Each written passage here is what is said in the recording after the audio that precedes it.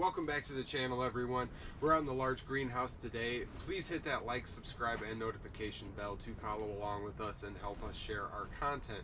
So today I wanted to touch on some things to get spring started early and what we can be doing if we have a greenhouse and a few things you can do outside the greenhouse. We're sitting here March 12th or 13th. We just got a huge snowstorm the other day and we got more snow dropping today. We've got about 2 feet of snow built up on the sides of the greenhouse from it rolling off here. So the inside greenhouse temp is about 70 degrees, between 70 and 75. I actually just lit a fire about an hour ago and that really played a factor in it. We were sitting about 60 before we actually lit the fire, so we raised it 10 to 15 degrees from our geothermal and Arjan paint. So what are some things that we can be doing outside the greenhouse as the spring is starting to break and we're in the late winter? You can be propagating tons and tons of your perennials. You can kind of be digging them up. A whole bucket full of my Jerusalem artichokes, and they've kind of just been mulling over in some soil, the ones that I haven't been able to pot up yet. Now those were kind of uncovered by our chickens, so that's why I actually pulled those out of the ground. Otherwise I wouldn't have been able to dig up and get them out. But what I did was pulled a huge chunk out with the whole root and everything, and it had all the Jerusalem artichokes attached.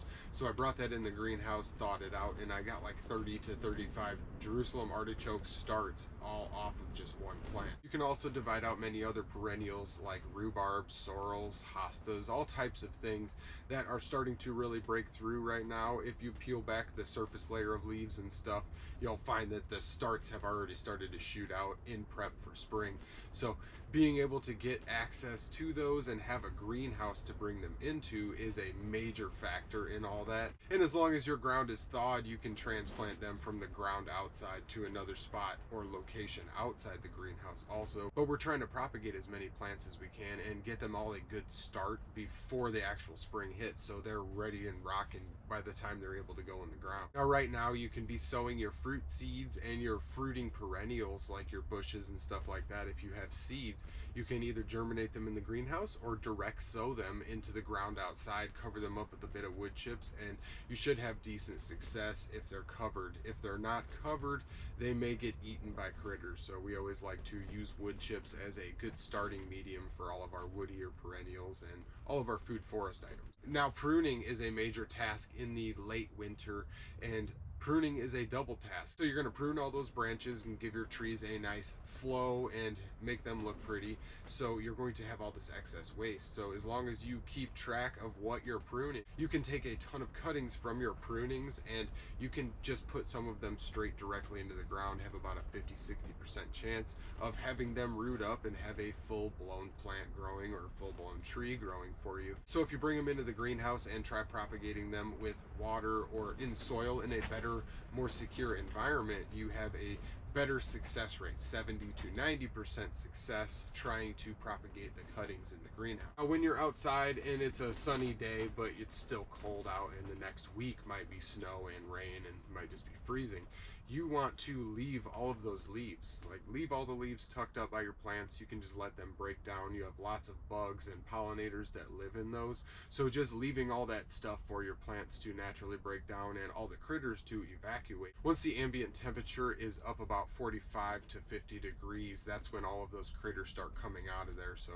we try and wait till about then if we're going to pull leaves out, but 90% of the time we're just leaving chop and drop and all of the regular leaf drop that falls. We try and keep it at the base of our plants to ensure that they have plenty of nutrients and have a good start to the next season. Now on the other hand, inside the greenhouse we are starting a ton of perennials, a ton of annuals, and a whole ton of warm season crops. We've got a decent amount of plants in here that we've propagated and sprouted and transplanted, and all of this is possible because of our greenhouse. Now if you are able to, can afford to, and have the space, I would suggest building a greenhouse, because even a single layer poly hoop house, just a simple cheap little greenhouse, is going to afford you the opportunity to start all of these plants and have a much more successful season, because the earlier that all these plants are started and invigorated with life inside the greenhouse, and as soon as that last frost breaks, these plants will be flying out of the greenhouse, going up on the tables for sale,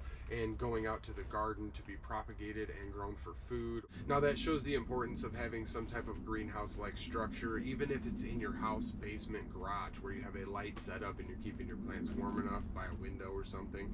Just having that start and having that early start to the season is going to benefit you in the long run. Now we're sitting about 23 degrees Fahrenheit this morning, and it's probably about 29 degrees right now.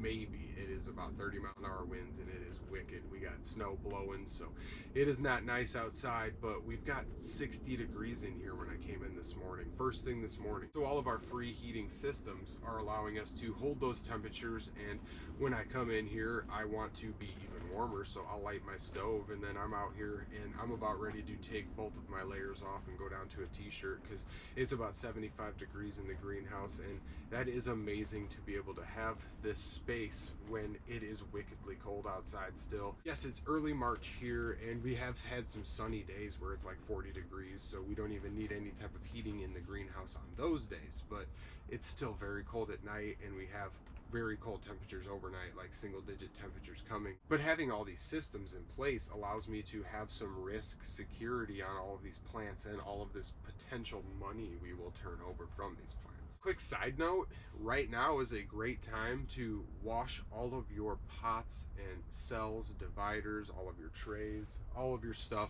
Just kind of wash it all up. You don't have to get crazy with it. We use a drop of soap in a bucket and we wash everything all at the same time and just basically let it sun dry. So I like to clean up and wash all of my equipment so I'm not passing any pathogens, fungus, or bacteria to my next season of plants. And I do this to give myself the best chance to have the best success rate with all of these plants by taking all the necessary steps. So inside the greenhouse, I really don't have any pests, I don't have any issues. I have such a variety of plants that all of them kind of protect each other, and there's not really any dominant pests or bugs inside the greenhouse. But one issue I am running into is running out of space. I'm continually having to turn over beds for new crops or to put down tarps and to plant pots. So if you're going to build a greenhouse, make sure you build it bigger than you thought you were going to need it. So I'll say it again, a greenhouse is a gardener's best friend, and it is the best tool you will have because it allows you and affords you the opportunity to grow all of these plants. And beyond just extending your season a month or two, you can fully grow year round. We've proven that, and we've done it for absolutely free. All one-time investments put into our free heating systems and the greenhouse build itself, so there is no bills. So we've shown that it can be done, and there's ways to do it for free. So on that note, I want to walk around the greenhouse here. My knees aren't what they used to be. So we've got all of our market plants and transplants, lots and lots of crops coming up. We've even got those little cherry tomatoes. They're actually throwing second rows of leaves. Now some of these had faded off, but I believe that's because they got a little dried out. So everything is doing well all the way up to the tomatoes. So we're holding good temperatures in here, and even down on the floor here, we're sitting, the coldest we had was 61. We're sitting 63 right now, and the airspace up here is about 75 to 80 degrees. So it is transferring down. Like I said, I just lit this fire probably about an hour and a half ago now, so it's putting out a lot of good heat. Definitely a lot of radiant heat. This side of the greenhouse is sitting 80 degrees. I've been using my actual stove. All of this air moves through these as they heat up, so I've got air traveling around all the time. I've got these buckets with little holes poked in the bottom, and I'm kind of just drying these chunks of wood out and all of my wood chips, and I'm using those as fuel, kind of just drying them out as I go here. But it seems to be working very well. These buckets are very warm. Grab my thermometer here. So we've got our bucket sitting about 118 degrees. The wood chips dry out pretty darn quickly, so I've got my fan back there. I just control it with this little switch here, so we've got it blowing through all of these brick holes.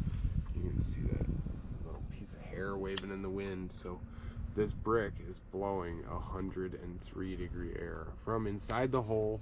All these holes, this one's probably a little lower, about 90 degrees inside this hole here. So all 4 to 6 of those holes are blowing in basically pulsing air out right now because we have fully cloudy days. So our geothermal fans and our Jean-Pain fans and our stove fan are all kind of just pulsing, as you can hear, but they are still putting out a lot of good heat. This little free energy fan here is kind of just picking up all of the extra heat that's blowing around and pushing it even further. So we are transferring tons of heat throughout the entire greenhouse, and this is a long greenhouse, so putting that heat through the whole greenhouse is the main objective of actually burning a fire. There's no point in having one hot end and then one cold end. So I've got a lot of ideas for next year for getting some heat to the other end from this stove. So I'm going to bury some stuff, I'm going to run a bunch of stuff up, but that will be later in the summer projects when I've got nothing else going on.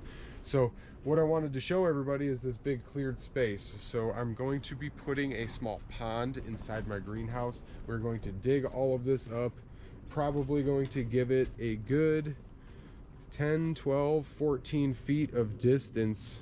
So it'll be 12 to 14 feet, maybe 15 feet long. And then we're going to have it come out about to right about here in the walkway. So we will have it, I have a whole bunch of bricks and stuff that I'm going to use. I'm going to use a pond liner, and I'm basically going to run it solar if I can, and if not, I'm going to try and run some electricity into the greenhouse anyway this summer. So I may have to run some type of fixture, because this area here is going to be the natural biofilter I'm going to build. So I'll have a biofilter filtering the water into my fish pond, so I'll be able to grow fish that we'll be able to eat, and we'll be able to hopefully feed them and suffice out of the greenhouse some of their food. So I know I'll have to buy food for fish, but I still think it's going to be pretty darn cool to be able to grow my own fish year round in the greenhouse. I plan on digging that whole wall out down as far as I possibly can, and then I'm going to insulate it with some rigid foam insulation, and then we'll be using a pond liner. So if anybody has any suggestions and ideas on that, definitely drop it to me in the comments, because I want to get a lot of ideas. I've been doing a ton of research on how I can do this, and a trough style setup is the best way I can see fit for the area I got. I mean, it has to be a rectangle anyways. So please hit me with some ideas for the fish pond. Not 100% sure what we're going to grow yet. We're thinking something cold water that doesn't need a whole lot of oxygen in their water, so catfish are probably the best option and result that we'll get. So we got a whole lot of research to do on that before we do. I've got a lot of things I'm going to rework and kind of get in the works for spring and summer, so I can have a lot of vegetation growing on top of this water and possibly get some harvest from that also. I'd like to thank everybody for watching this video. I got a lot of work to do, so I'm going to get back to it, and I will see everybody next time.